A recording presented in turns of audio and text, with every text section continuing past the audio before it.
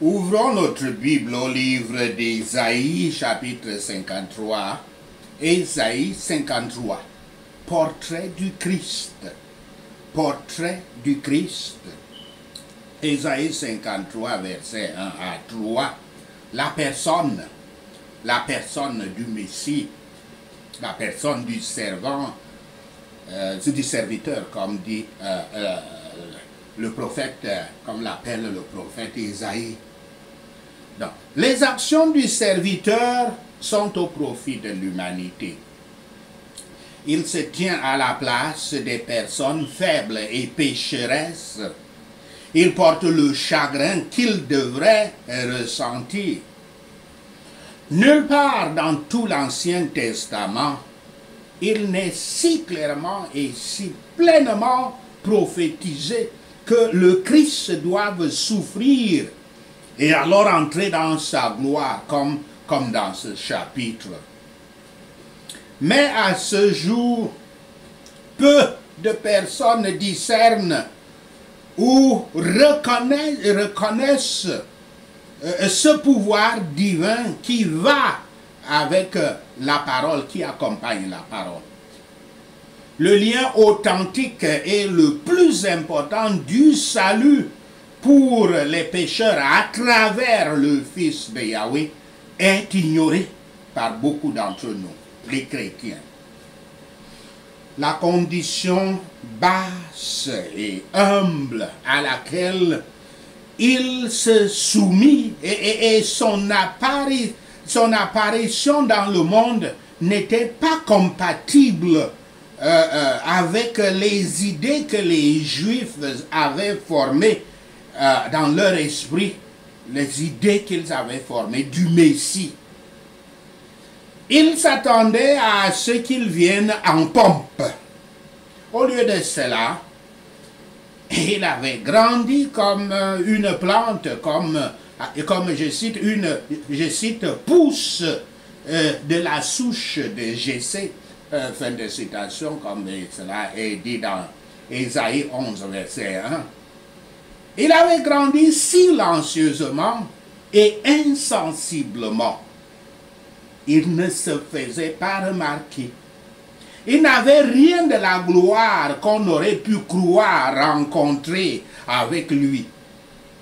Ces versets, écrits par le prophète Ésaïe, 8 siècles avant la venue du Christ, donne un portrait du Messie qui est totalement différent du beau Jésus avec des yeux bleus, des cheveux et une face d'homme blanc dont l'Église catholique et Hollywood ont inondé le monde. Dans l'apparence extérieure du Christ, lisons-nous dans ce chapitre, dans cette prophétie, il n'y avait pas de majesté en lui, ni de signe de cela. Il ne semblait pas probable qu'il pouvait être un grand cèdre, c'est-à-dire quelqu'un de très grande taille, comme Saul, ou un prince d'Israël, et encore moins je cite, prince Messie, attendu par les Juifs. Ils attendent un prince Messie, c'est-à-dire un Messie qui sera aussi un roi d'un royaume séculier. Il était né de parents humbles, élevé dans une partie méprisable de la terre de Canaan au nord-est africain. Il vivait dans une ville dont on ne dit rien de bon dans les Écritures et habitait une petite maison et travaillait dans une charpenterie.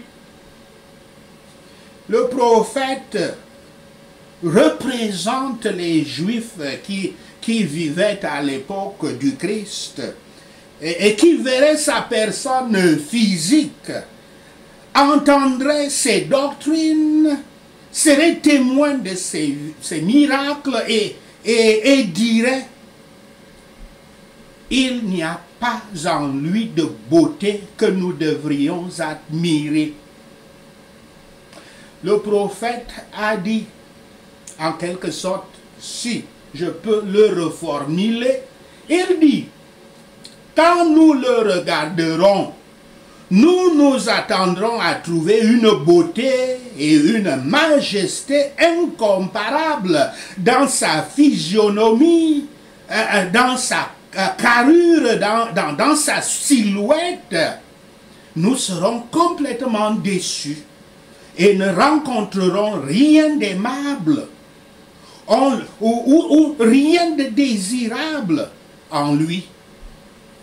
Ce prophète parle donc ainsi là, à la place des Juifs charnels et incrédules.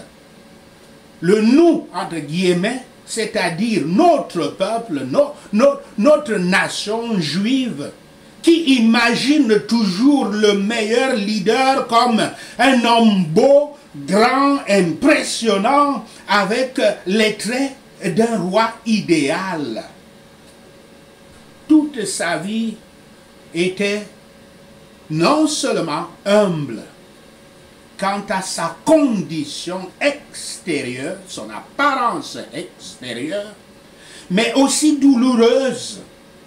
Étant devenu péché pour nous, il a subi la sentence à laquelle le péché nous avait exposés.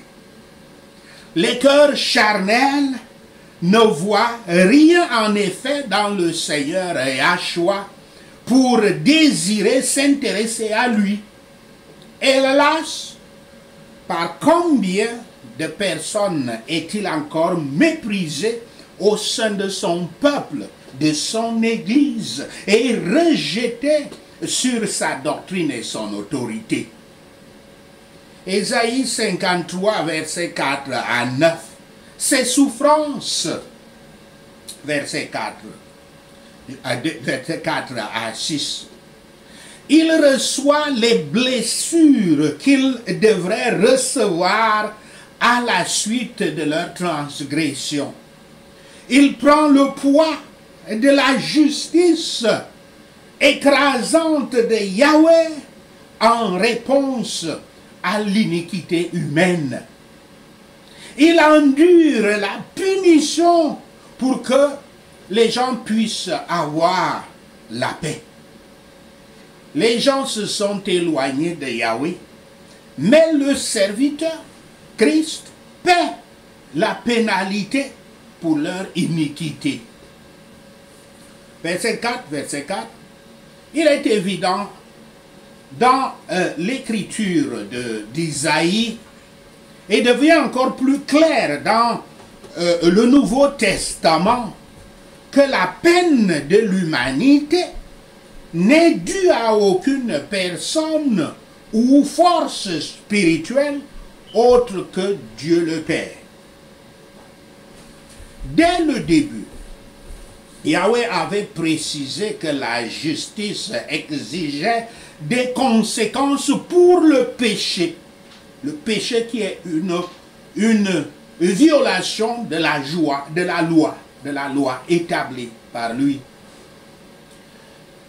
Mais à travers un plan entre le Père Céleste Yahweh et son Fils Yahshua le Christ, qui est appelé dans cette prophétie le serviteur, la peine de mort pleinement méritée par l'humanité pécheresse a été payée par Yahshua le Christ. En raison de la grande miséricorde de Yahweh, les croyants reçoivent le don de la liberté et de la vie éternelle. Dans ces versets se trouve un compte des souffrances, on peut dire une liste des souffrances du Christ et aussi de la conception de ces souffrances. C'est pour nos péchés et à notre place que notre Seigneur Yahshua a souffert. Nous avons tous péché et sommes privés de la gloire de Yahweh. Les pécheurs ont leur péché bien-aimé, mais ils ont leur propre voie perverse dont ils sont friands. D'ailleurs, nos péchés méritent tous les chagrins et toutes les souffrances, même les plus sévères. Nous sommes sauvés de la ruine à laquelle, par le péché, nous devenons responsables en déposant nos péchés sur Yahshua. Cette expiation doit être faite pour nos péchés et c'est la seule voie du salut. Nos péchés étaient des épines sur la tête du Christ, les clous dans ses mains et ses pieds, la lance dans son flanc. Il a été livré à la mort pour nos offenses. Par ses souffrances, il a racheté pour nous le Saint-Esprit et la grâce de Yahweh pour mortifier nos corruptions qui sont des détrampes de nos âmes. Nous pouvons bien supporter nos souffrances légères s'il nous a appris à estimer toutes choses comme perte pour lui et à aimer celui qui nous a aimés le premier. Ésaïe 53, versets 10 à 12. L'humiliation et l'exaltation du Christ sont minutieusement décrites avec les bénédictions à l'humanité pour sa mort. La dernière chanson d'Ésaïe sur le serviteur de Yahweh parle avec précision des derniers jours et moments de la vie de Yahshua le Messie. Je rappelle ici que il s'agit dans ce texte écrit par le prophète Ésaïe d'une profession écrite 8 siècles avant sa venue. Mais il avait écrit avec précision ce qui s'était passé. Entre autres choses, Yahshua a été transpercé et dans le Nouveau Testament, effectivement, il est dit ainsi. Donc, je vais aller tout ce que Ésaïe avait écrit et ce qui s'était passé. Donc, Yahshua avait été transpercé dans Jean 19, 33 à 34. Blessé, cela se trouve dans Matthieu 26, versets 67 à 68 et 27, versets 26 à 31. Silencieux, on trouve cela dans Matthieu 27, versets 12 à 14. Avec les riches dans sa mort, on trouve cela dans Matthieu 27, versets 57 à 60. Et compté parmi les transgresseurs, on trouve cela dans Luc 23, versets 32 à 43. Versets 9 à 10. Il n'a rien fait de mal. Pourtant, il sera confronté à l'oppression, au jugement corrompu de ses pairs humains, de ses contemporains humains, ses pairs, je veux dire ici des Juifs, parce qu'il avait grandi dans le judaïsme. Elle a été confrontée à la mort physique et finalement à la tombe. Si tout cela semble injuste pour le serviteur, il faut souligner qu'il agit pour assurer la justice de Yahweh. Et Isaïe le dit clairement, c'est la volonté de Yahweh qu'il souffre. Venez donc et voyez comme Yahshua nous a aimés. Nous ne pouvons pas le mettre à notre place, mais il s'est mis lui-même à notre place. Ainsi, il a enlevé le péché du monde des croyants en le prenant sur lui-même. Il s'est fait sujet à la mort qui est pour nous le salaire du péché. Observez les grâces et les gloires de son état d'exaltation. Christ ne confiera pas les soins de sa famille à quelqu'un d'autre. Il s'en occupe lui-même. Les buts de Yahweh prennent effet. Et tout ce qui est entrepris selon le bon plaisir de Dieu prospérera. Il le verra, il s'assurera que cela est accompli dans la conversion et le salut des pécheurs. Et il y en a beaucoup que Yahshua justifie, même s'il a donné sa vie pour une rançon. Justifié, c'est-à-dire le dernier jugement qui juge que tu es accepté au royaume des cieux. C'est ça le terme justifié, le sens que je l'utilise ici. Par la foi, nous sommes justifiés. Ainsi, Yahweh est plus que glorifié. La grâce plus qu'avancée. L'ego ou le moi plus qu'abaissé. Et notre bonheur plus qu'assuré. Nous devons le connaître et croire en lui comme celui qui a porté nos péchés et nous a sauvés d'un embourbement sous la charge du péché en la prenant sur lui. Le péché est Satan, la mort est l'enfer, le monde et la chair sont les puissants ennemis qu'il a vaincus. Ce que Yahweh a conçu pour le Rédempteur, il le possédera, certainement. Quand il a rendu la captivité captive, il a reçu des dons pour les hommes afin de donner ces cadeaux aux hommes. Pendant que nous examinons les souffrances du Fils de Yahweh, souvenons-nous de notre long catalogue de transgressions personnelles et considérons-nous comme souffrant sous la charge de notre culpabilité.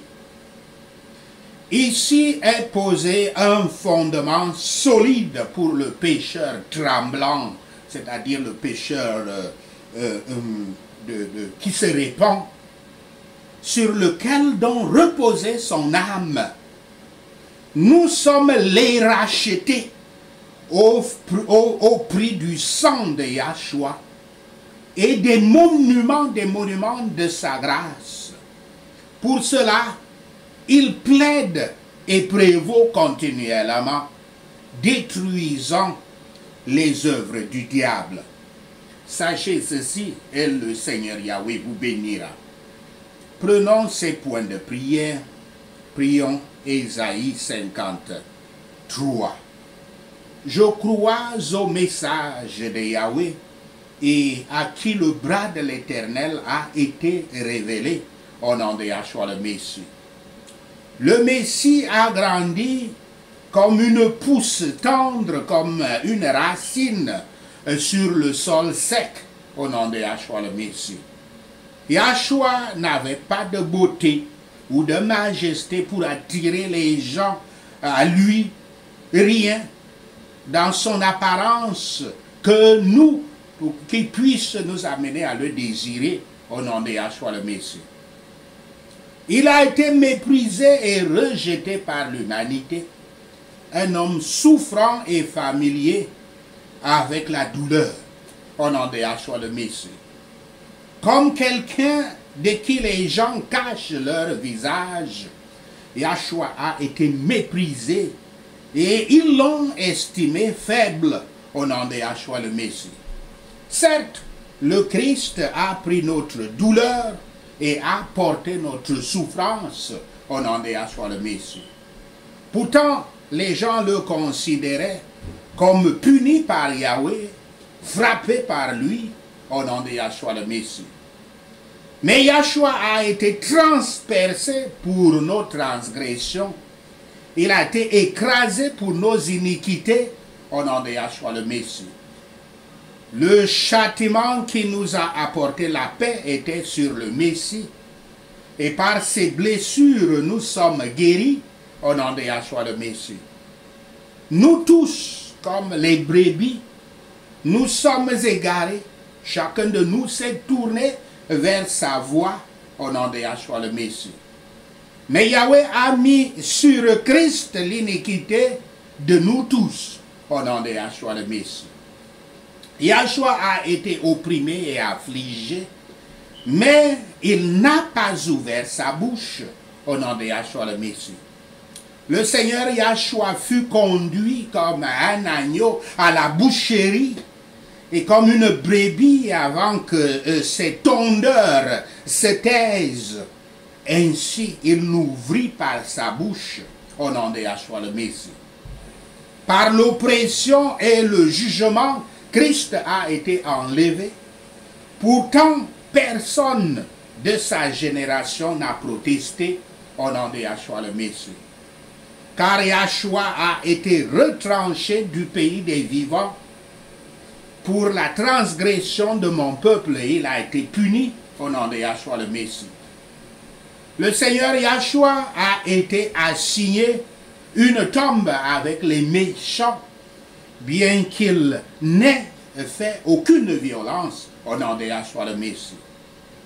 Christ a été assigné une tombe avec les riches dans sa mort, bien qu'il n'y ait pas eu de tromperie dans sa bouche au nom de Yahshua le Messie.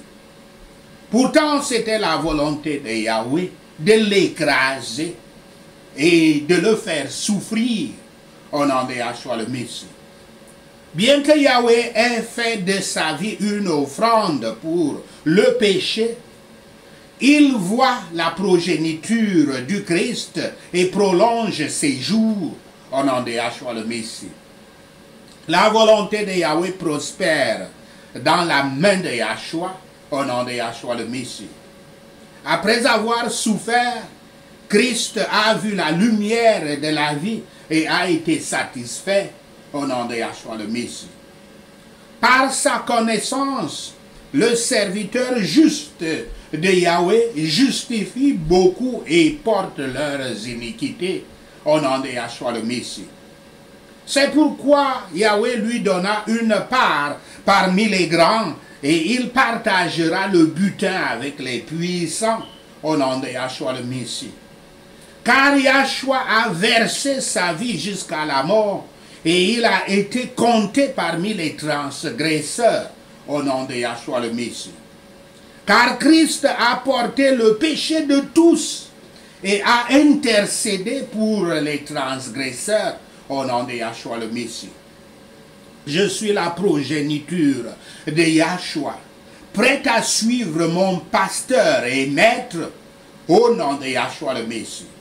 Père Yahweh, renforce-moi et soutiens-moi pour être un disciple fidèle du Christ.